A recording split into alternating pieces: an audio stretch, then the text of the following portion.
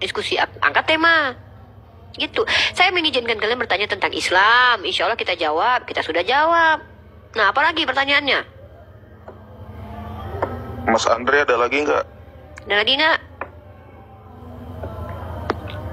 Kan sudah jelas dalam Yohanes 10 ayat 30, aku dan Allah Bapa adalah satu. Pertanyaannya satu apa? Pertanyaan maksudnya? Satu apa? Ini satu, berarti sama. Satu apa? Berarti Bapa adalah Yesus. Ya. Kamu onest kamu itu. Dibidatkan kamu materi tunggal. Tapi kalau nggak apa-apa, kalau kamu honest juga nggak apa-apa sih, nggak ada urusan sama saya. Tapi kamu siap-siap aja debat sama Verbum Veritati, sama orang-orang Tritunggal. Karena tidak ada orang Tritunggal mengatakan Bapa adalah Yesus, anak adalah Bapa, Bapa adalah anak. Itu bidat honest itu. Karena Yesus pernah berkata. Berarti ketika murid melihat Yesus, maka itu wujud Bapa. Kan dia pernah bilang, sebelum Abraham jadi, aku telah ada. Oke. Melkisedek itu tidak berawal, tidak berakhir. Bagaimana dengan Melkisedek? Dia Tuhan bukan? Bahkan Zakaria, bukan. Yeremia. Tuhan sudah mengenal Yeremia sebelum dia lahir.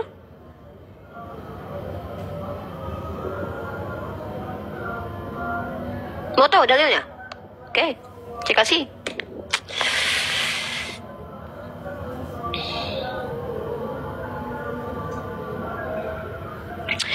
Tapi pertanyaan saya tadi itu dijawab aja. Satu apa Yesus dengan Bapa?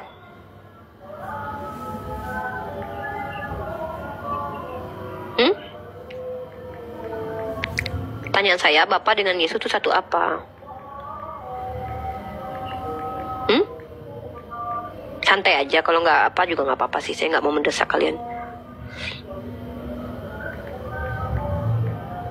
Ya, kita bicara tentang Yeremia. Nih, saya tak bacakan Yeremia. Oke, tentang Yeremia ya. Mana dia nih? Mana nih Yeremia ini? Yeremia 1 pasal 1 ayat nomor 19.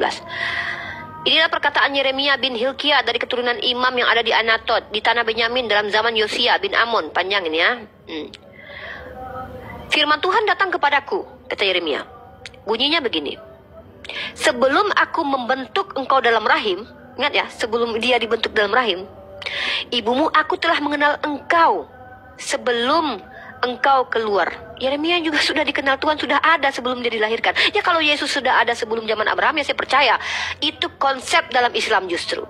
Sebelum semua manusia ada, kami sudah ada di Lahul Mahfuz. Itu konsep Islam sebenarnya, ajaran Yeremia itu. Bukan berarti kalau kita bicara tentang Yesus ada dalam makna apakah betul-betul Yesus ada seperti yang kalian maksud. Tidak ada kata Yesus sebagai Tuhan di dalam kitab Perjanjian Lama. Bagaimana bisa itu konsep Islam? Islam kan agama terakhir. Oke, kalau begitu Kristen itu agama kapan? Awal-awal, mula-mula. Duluan mana Kristen dengan Yahudi? Oh ya, yang sholat Jumat silakan teman-teman sholat Jumat dulu ya. Silakan, saya tanya. Duluan mana? Kristen dari Yahudi? Jangan begitu. Kalau kita bicara begitu, maka kalian harus jadi orang Hindu. Karena Hindu lebih dulu ada sebelum Yahudi juga. Jangan begitu caranya. Makanya saya bilang parameternya dulu apa kebenaran itu. Nah, maksud saya itu begini. Kalau kalian mau bertanya tentang Islam, tanyakan bagaimana hukum Islam, bagaimana cara memahami sesuatu dalam Islam. Kalau kalian mau membantah saya, pakai antitesis. Tapi pelajari dulu tesisnya. Saya katakan, itu konsep Islam. Keadaan makhluk di Lahul Mahfuz itu ada. Itu ada hadisnya kami. Bahwa di dalam Islam itu dipercayai setiap manusia itu sebelum lahir ke dunia sudah berbicara dengan Tuhan. Itu Yeremia ada itu seperti itu. Begitu. Jadi tidak masalah kalau Yesus ada sebelum. Bahkan dalam kitab Amsal. Yeremia apa tadi Mbak? Yeremia pasal 1 Yeremia pasal 1 nomor 4. Kayak itu. Ya. Nah. Dan di dalam kitab Amsal pun Salomo itu sebagai orang yang hikmah itu juga sudah ada sebelum bumi diciptakan, sebelum segala sesuatu ada. Nah, jadi kita kalau bicara tentang bahkan Melkisedek, apakah Melkisedek adalah Yesus? Kan begitu pertanyaannya nanti. Melkisedek itu tidak berawal, tidak berakhir loh. Oke, ada lagi pertanyaannya. Mungkin saya sapa dulu. Naf Najwa atau Samuel. Saya juga mau close ini. Bentar lagi mau sholat duhur.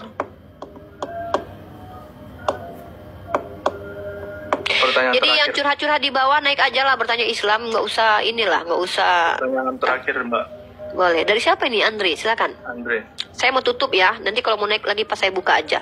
Ya Andre, Nah. silakan. Kenapa Nabi Muhammad menikahi anak yang usia masih 6 tahun, sedangkan dia Oke. belum mens? Usia 6 tahun belum mens kan? Belum datang bulan. Oke, sejak di mana tertulis bahwa beliau menyetubuhi di usia 6 tahun? Menikahi, saya bilang menikahi. Kalau menikahi, kamu lihat literasi Yahudi, umur 3 tahun sudah boleh disetubuhi malahan. Yesus adalah orang Yahudi. Di mana Yesus mengatakan, dan di mana standar Kristen itu menikahi harus di umur sekian-sekian. Di mana diajarkan di Kristen? Kita tahu dulu dong sejarah zaman dahulu. Zaman dahulu itu bahkan Maria pun ada bertunangan, ada kata bertunangan, ada kata di bawah. Nah, kalau konteksnya kamu bicara tentang bersetubuh, maka kami minta bukti umur berapa Sayyidah Aisyah secara resmi disetubuhi. Apakah betul beliau belum balik? Tunjukkan kepada kami. Kalau masalah pernikahan gitu, orang Yahudi, rabi-rabi rasi Yahudi mempercayai bahwa Ribka dinikahi umur 3 tahun loh. Saya bisa tunjukkan datanya. Nih, saya tunjukkan datanya. Kamu buka sarapan pagi biblikal. Itu orang Yahudi percaya loh. Karena menurut mereka Ribka dinikahi umur 3 tahun oleh Ishak yang berumur 43 tahun. Itu menurut orang Yahudi, bukan saya. Walaupun saya bisa tunjukkan dalilnya dalam kitab kalian. Nah, artinya begini. Kalau pertanyaan kamu kenapa, hikmahnya banyak. Saya akan bilang hikmah saja. Pertama, perempuan di dalam Islam dimuliakan dan dihormati. Rasulullah itu seorang pengajar. Abu Bakar bapaknya saja tidak keberatan mengantarkan anaknya kepada Rasulullah, karena nanti akan hidup di bawah pengawasan Rasulullah. Perempuan, kamu lihat bagaimana berita-berita sekarang. Anak umur 5 tahun dicabuli, anak umur 5 tahun bahkan di bawah pengawasan orang tuanya. Nah, kalau memang itu terjadi kepada Sayyidah Aisyah, tunjukkan bukti dan faktanya.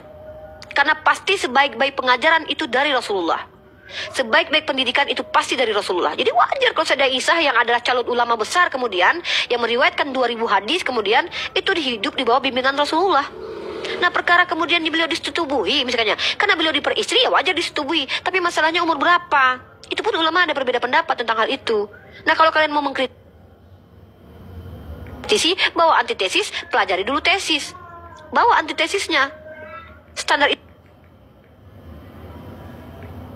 ilmu apa yang kalian bawa? Antropologi? Atau ilmu apa? Ilmu bahasa? Bawa ke hadapan kami. Jadi jangan tuduhan kalian yang beribu-ribu kali sudah dijawab umat Islam itu. Kalian bawa hanya titipan pertanyaan-pertanyaan yang dititipkan oleh sahabat-sahabat kalian gitu. Minimal bacalah dulu literatur Islam, baca literatur Yahudi. Bahkan ensiklopedia Katolik mengatakan Maria itu dinikahi umur 12 tahun ketika Santo Joseph berumur 90 tahun. Kalian mau bilang dia korban pedofil? Kan nggak begitu. Teman saya yang sesama SD dengan saya umur 12 tahun sudah menikah. Apakah dia korban pedofil?